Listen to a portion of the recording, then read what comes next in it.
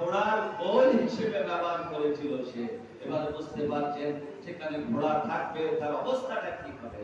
আর তারপরে আরেকটা জিনিস বলে, খানায় কাবা আমাদের সবচেয়ে শ্রদ্ধার পাত্র। খানায় কাবার দিকে ফিরে আমরা নামাজ পড়ি, সেই খানা কাবায় পর্যন্ত আগুন লাগিয়েছিল।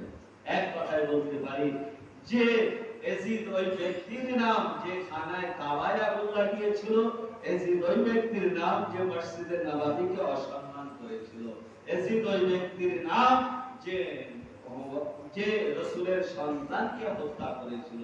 যে একটা পুরো একটা বিষয় আছে, তো যত ইশারা করে গেলাম যে কত কঠিন পরিস্থিতিতে ইমাম যায়নুল আবেদিন আলাইহিস সালাম জীবিত ছিলেন আর তিনি এই আশুরার পেগাম দিয়েছিলেন। আমরা তো অনেক শান্তিতে আছি, আমরা তো অনেক ভালো আছি। দেখেন আজ পাকিস্তানের অবস্থা কি, পারাচেনার দেখেন শিয়াদের মসজিদে গুলি চালানো হচ্ছে বা কিভাবে তাদেরকে হত্যা করা হচ্ছে।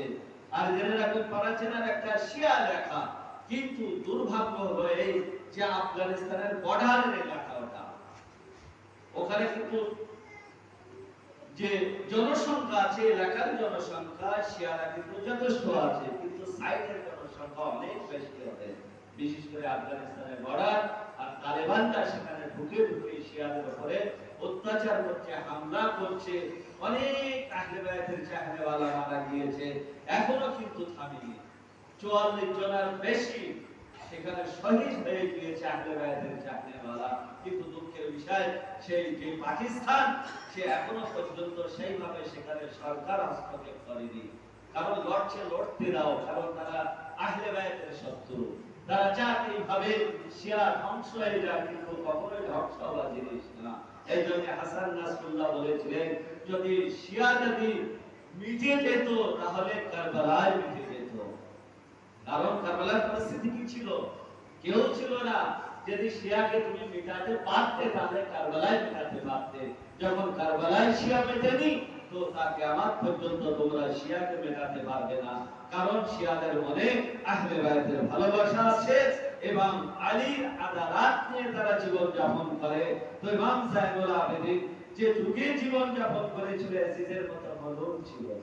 এজিদ চলে যাবার পরে মারওয়ান ছিল বাদশা, সেও শুধু আহলে বায়াতের দেখে দেখে, আহলে বায়াতের চাহনেওয়ালাদের দেখে দেখে তাদেরকে হত্যা করেছে। মারওয়ানের পরে মালিক আসলো, সে মালিকও একই সব লাইন দিয়ে আসলে কম্পিটিশন চলছিল কে কত আহলে বায়াতের উপরে অত্যাচার করতে পারে।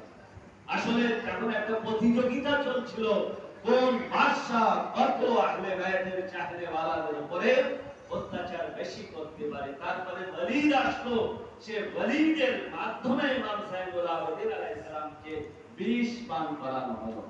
4টি বাদশা ছিল এই 35 বছরে, কিন্তু এত অত্যাচার করেছে ইমাম যায়নুল আবেদিনকে, এত ঘিরে রেখেছিল। তারপরে ইমাম যায়নুল আবেদিন কিন্তু এই তাবলীগ করে গিয়েছে।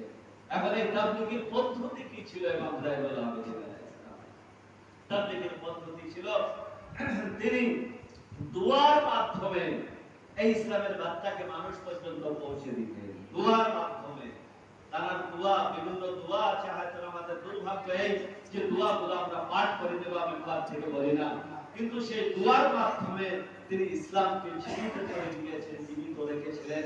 আহলে বায়াতের চাহনেওয়ালাদের জীবিত রেখেছিলেন এবং নিজের যে হাদাফ উদ্দেশ্য মানুষ পর্যন্ত পৌঁছানো, সেটি তিনি দোয়ার মাধ্যমে পৌঁছেছিলেন।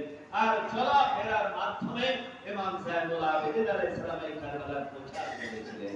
আপনারা শত শতবার শুনেছেন ইমাম যায়নুল আবেদিন আলাইহিস সালাম রাস্তা দিয়ে যেতেন, দেখতেন যে এখানে ছাগল বা উট বা যে কোনো পশু, হালাল পশু জবাই করা আছে, জিজ্ঞাসা করতেন যে এই ভাই, তুমি কি একে জবাই করার সময় তুমি কি একে পানি পান করিয়েছিলে? তো তারা বলতো, হ্যাঁ আমরা মুসলমান, আমরা ছাগল বা পশু যখন জবাই করি তখন পানি পান করায়। ইমাম আলাইহিস সালাম সেখানে কাঁদতেন, কেঁদে বলতেন, হায় আফসোস, তারা কেমন মুসলমান ছিল, আমার বাবাকে পানি ও দানা ছাড়া তাকে হত্যা করা হয়েছে। দেখেন কত সুন্দর পদ্ধতি ইমাম আলাইহিস সালাম তিনি অবলম্বন করেছেন, এইভাবে আশুরাকে জীবিত রেখেছেন। খোদার লাখ লাখ শুকর যে আমরা সুন্দরভাবে আজাদারি করতে পারি, আমরা সুন্দরভাবে হোসেন নাম পৌঁছাতে পারি। এবারে আমাদের বুঝতে হবে এতে আমাদের যদি ত্রুটি থাকে, দেখেন এখনো কত লোক আছে নিজের প্রাণ দিয়ে আজাদারি করছে, অনেক চাই কিনা। আজ পাকিস্তানে দেখেন তারা নিজের জীবনকে মুঠোর মধ্যে নিয়ে আজাদারি করে এবং বাড়িতে শান্তিতে বসে থাকতে পারে না, তারপর ভাই হোসেন তারা করে।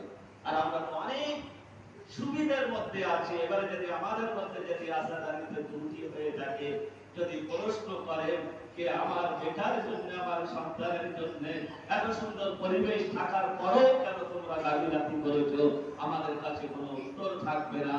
আর এই 13-1400 বছর কত লোক প্রাণ দিয়েছে, কিন্তু হায় হোসেন বলতে তারা ছাড়েনি। একবার সালাত করে মুহাম্মদ ওয়া আলি মুহাম্মদ। আল্লাহুম্মা সাল্লি আলা মুহাম্মদ ওয়া আলি মুহাম্মদ। ইমাম আলাইহিস সালাম তিনি কিভাবে তাবলীগ করেছেন?